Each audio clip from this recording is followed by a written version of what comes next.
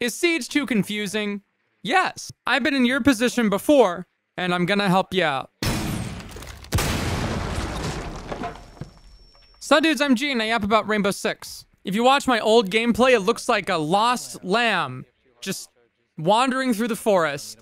And if you watch my new gameplay, you'll see a lost lamb just wandering through the forest. But I am at head level now, so that helps a little bit.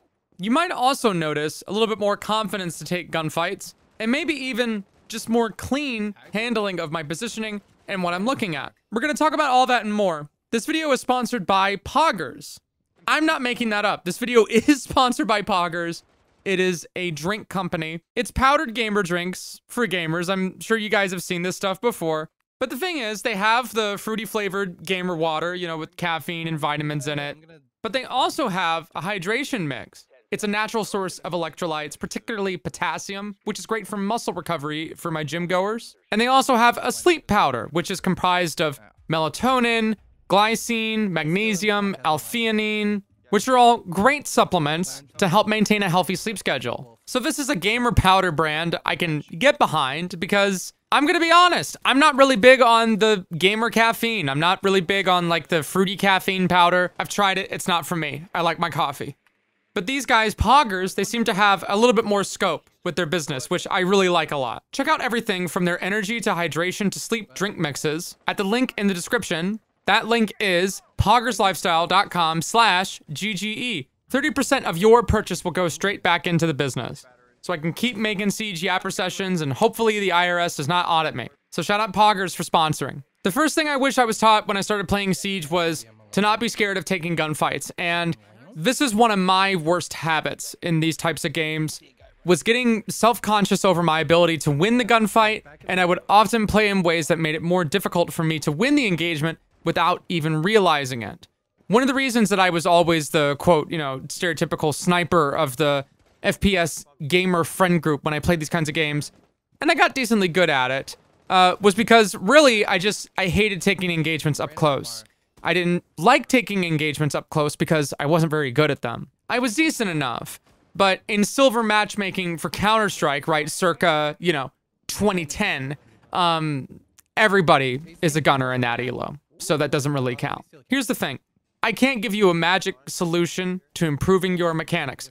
But in my experience, the way to guarantee success in engagements often comes down to good timing and getting a good sense of when to take the gunfight rather than just pure talent. There are several things that you can do to make it easier for you when you take the engagement. The most obvious thing is information. For the attack, this is going to be in the form of a drone or a Yana clone, or any kind of information gathering gadget.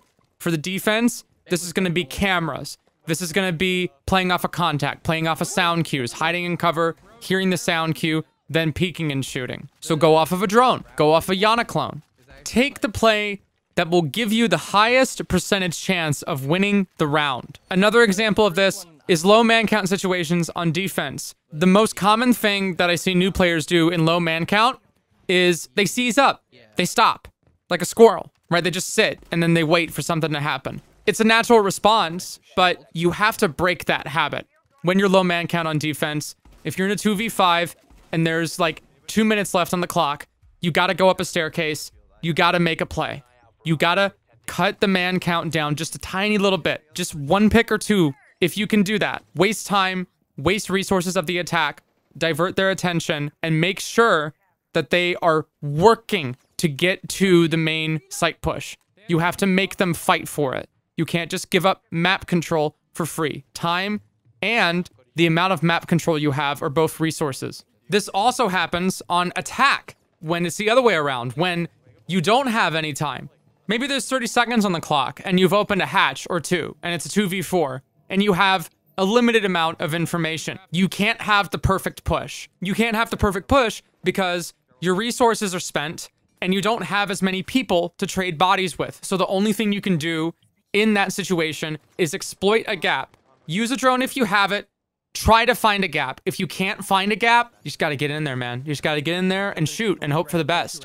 Sometimes the only thing you can do is a desperation play, but it's better to take that desperation play than to go, well, we can do this and we can do this. If there's no plan happening, stratting and figuring out a plan, right? Like step 1, step 2, step 3, that's calming. That's stratting and calming and making sure that your team is on the same page as you. Spinning your wheels and going, well, we could do this, we could do this. Well, I don't know, you could go up here. That's not helpful, right? If you get the sense that the comms are not being productive and helping you get to a point at which you're establishing a goal and you're gonna isolate that goal, at a certain point, you will run out of time. You have to get in the doorway, just get gun up and take the fight. Sometimes you will lose those fights. That's okay. It's just a game. Chances are, when you're in a situation where things have gotten that desperate, there are lots of other things that you need to be doing before that happens to prevent the desperation play in the first place. But when the going gets tough, you can't just beg for an ideal situation. Sometimes you gotta take the fight. Don't be scared to take the fight. Get in there, get your gun up. Another thing I wish people had explained to me when I first started playing Siege was how to hold a pixel angle and how to hold angles in general. I'm sure you've seen stuff about aim trainers. I've tried using aim trainers. Like I said, mechanical aim has never been the strongest part of my gameplay. They did help me get to a solid baseline, but I feel like I had a lot more guaranteed engagement wins, not necessarily because of my raw mechanical talent, but because of smart positioning. Example, don't hold an angle wide like this. It looks right, you're holding from around cover, it makes logical sense. But this is a video game, not real life. You're not a cop. On this angle, you will get pre-fired at 1,000,000 miles an hour because this is what's called a common angle. In real life, when people have a firearm in their hand, right, they don't pivot around on an exact, circle, right, with the mouse and keyboard from a fixed position. That's not how that works. In a computer game, that is how that works. Sometimes you will get jiggle peeked. You'll see an opponent's head or part of their body, right, their uniform, briefly flash into the doorway, and then they'll run in again and then beam you. The moment you see like this little flash, get off of that angle, okay? Because they're about to pre-fire you. When you are standing here, you can't possibly know when they'll peek, but they just saw where you are and they are mentally prepared for you to be in that position so they can go into their shot and anticipate it. They get a wind up in a sense. So you will have no time to react. Instead of doing this, you should do it from an off angle. An off angle is basically a random angle that can't be anticipated. This is up to personal discretion. Sometimes standing in the middle of a room and holding it can work. Sometimes it won't. Ultimately, it comes down to what you think is advantageous in the moment and what's gonna help you win. Whatever makes it more difficult for them to get their crosshair on you is good. But a good rule of thumb, in my opinion, is to hold positions that you can immediately go back into cover where you're safe. Whatever makes it more difficult for the other guy to get their crosshair on you is good, because even just a fraction of a second can be enough for you to win if you're aiming near them and they aren't aiming at you. Another way to hold an angle is with a pixel peek. A pixel peek is held in Siege with 2 pieces of hard cover. It basically lines up the hard cover you're positioned by and the hard cover that would conceal the opponent in a straight line. So for instance, Cafe's pixel is a very strong position because you have a great reactive gunfighting spot. The pixel player will hold Cigar by leaning towards the right, nestled behind the wall to their left. Then they will line it up so that the opening of the Cigar room is just a sliver in the crosshair. When somebody walks past Cigar, they will walk past the pixel. The goal isn't to kill them in that moment they're in the pixel. The goal is to strafe and then shoot. However, there's lots of common angles, and they are all susceptible to getting pre-fired. So this is not going to be effective against everyone. However, the principle of leaning towards the opposite direction of which the opponent will be moving is important because it's going to help conceal your hitbox as much as possible. Do this enough, and eventually you'll get a feel for when to get back in cover, when to go back out and shoot, etc. But this is a fundamental of Siege gunfighting that you should know. Know how to hold a pixel angle, and at least understand the fundamentals of a basic, swing and spray. Don't stick your head out on common angles. You're gonna get pre-fired at 1,000,000 miles an hour. Sit in cover, wait, then peek, then shoot. Something else I wish I'd been told.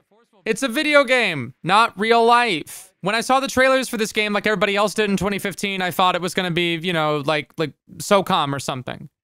It's still pretty tactical, like it's slow, in terms of the arcadey to tactical spectrum for FPS games, but it's not quite like that, right? There's still video gamey kind of logic to it that you gotta apply. That's what that whole example about pixel peaks and sitting on cover was about. So play the mechanics the way the game is. Yes, there's going to be points at which it feels a little bit unintuitive, and it's difficult to break those mental habits. It was very difficult for me to do, but you'd be shocked how easy it is to win a gunfight against a, a cracked, quote, player, just because, here's a Valorant example, you just held A, then D, then you held it again, and then a little bit, and then you just did weird, mix-ups with your movement, where you just went back and forth and side to side, and then the guy can't shoot you. Now, make a movie scene out of this, and it looks stupid, but it's a video game. So that means take advantage of Peeker's advantage. Hold weird head angles, right? Head glitch angles where you're repelled upside down that look stupid but work. Take calculated guesses with pre-fires at head level for where the enemy might push through walls or through smoke, or even when you're flashbanged. It's a video game. Play it like a video game, treat it like a video game, treat it like a sport, treat it like basketball. We're not training to be police, okay? We're controlling little computer guys that spin around in a 360-degree radius and fire laser beams from their face. It's a video game, not real life. Play the video game. Something else I wish I had been told when I first started playing Siege. Don't overcomplicate the game. When I say don't overcomplicate it, I'm mainly talking about loadouts, scopes, sensitivity, freaking aim training, right? Because I did that for a while. Mechanics, the gamer sleeve, right? Get a good mouse, get a good keyboard. None of that matters, okay? None of that matters if your fundamentals are lacking. If you're swinging out into engagements that you shouldn't be, if you're driving your drone into sight and getting it shot when you don't need to be, if you don't ask your teammates for help, right? If you're in a Discord call and you're not coordinating with your team and saying, hey, can I get somebody to go here? Hey, can I get someone on my drone while I go this way? If you're not telling your team what you're doing, if you're not listening to your team, if you're not keeping a mental record of where your teammates are on the map so that you can play off of them more efficiently, if you're not playing in positions to hold a crossfire for your team, or you're not playing refrags or trades off of your entries, if you don't know what those words mean, your gamer sleeve, right, a cool mouse, a cool keyboard is not going to help you, okay? You're going to get slammed by a 15-year-old in a town with a population of maybe 600 people on a setup that looks like this. Don't overcomplicate it. When I was streaming regularly, the most common question that I would get, it got so bad that I made a rule in my Twitch chat that said, if you ask this, I'm going to time you out. Do I buy operator A or do I buy operator B? Stop it. Do I use gun or do I use gun? Do I use flash hider? Do I use compensator? Stop. Stop it. Stop. You're not going to get to champion overnight because you swapped a flash hider out for a compensator. You're not going to get to champion overnight because you're using the AK versus the ARX on Nomad. You get champion on Nomad by going on big window rappel, air jabbing your runouts, opening that window and holding the cross and whacking anybody that tries to contest your teammates going for the main wall push. You get champ on Nomad by knowing when to get off of the angle, right? Back off with the rappel, wait when the bomb is down, don't hold the angle so that you can get pre-fired, wait for the opponent to do something, then do something. That's how you hit champ with Nomad. You don't hit champ with Nomad by min-maxing all of this other nonsense. It's busy work. It's busy work to make you feel like you're doing something. I get it. I used to do it all the time.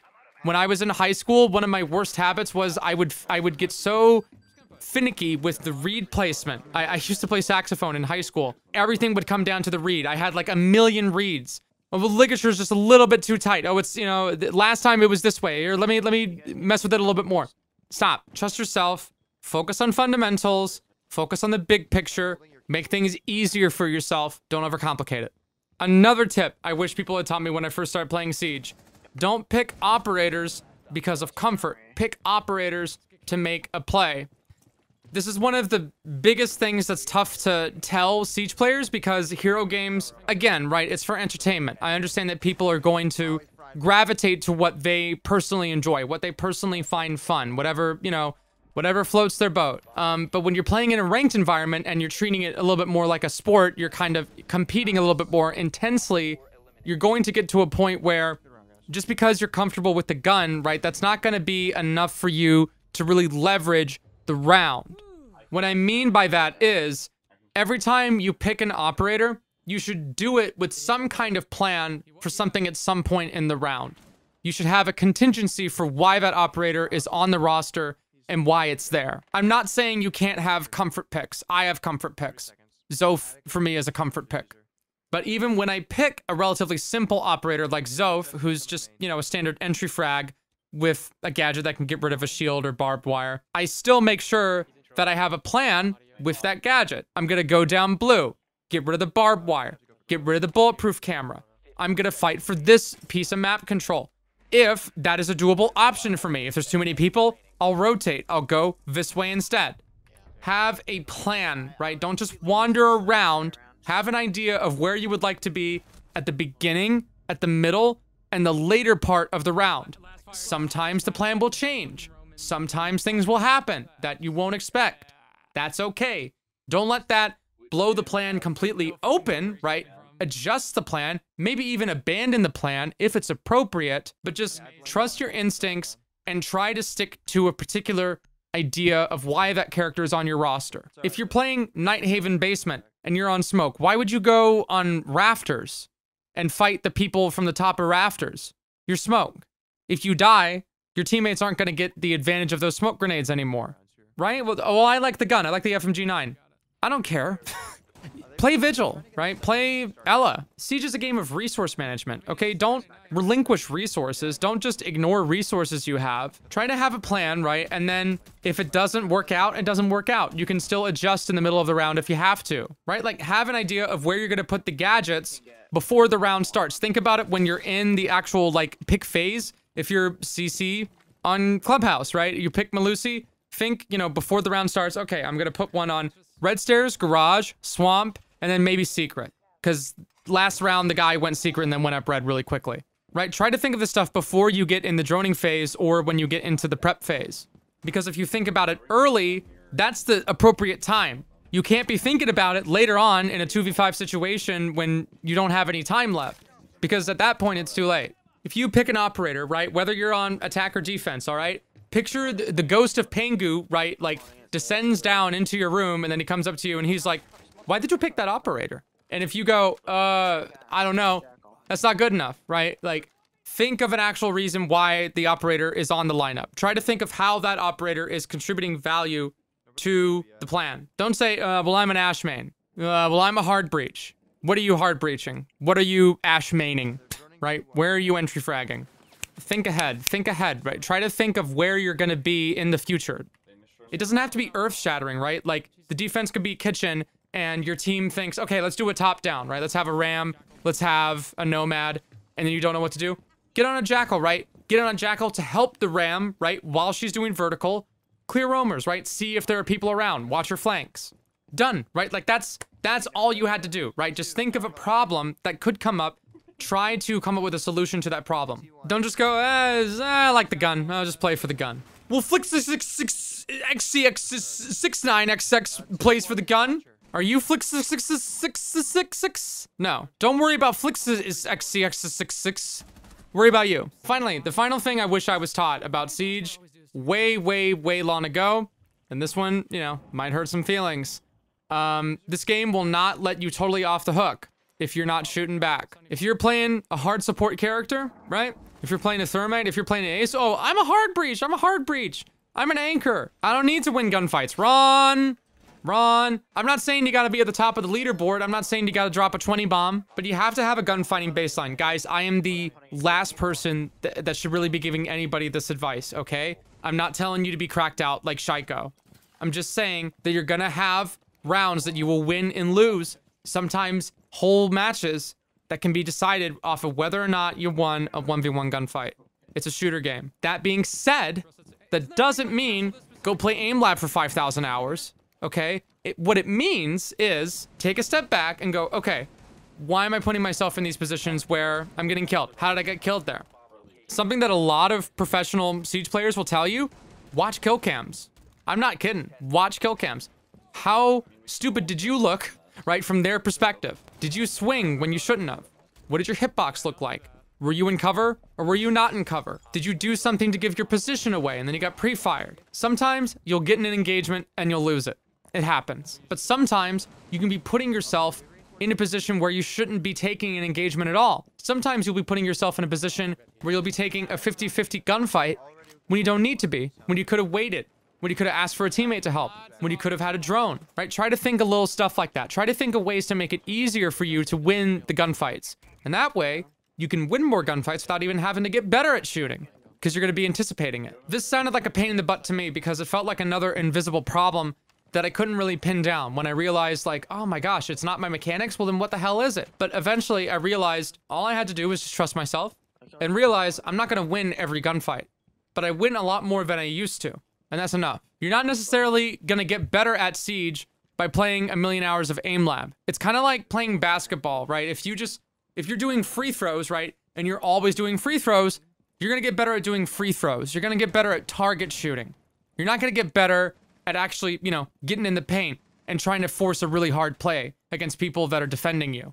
You understand how there's a difference there? Like, people tend to take, you know, first-person shooter game, and then they think that's the only component of it that they have to focus on. It's not, okay? Remember that it's not just about aiming, right? There's a million other things that are happening before the gunfight starts that are making it difficult for you to take the engagements. Sometimes you're gonna win and lose rounds, but that's okay.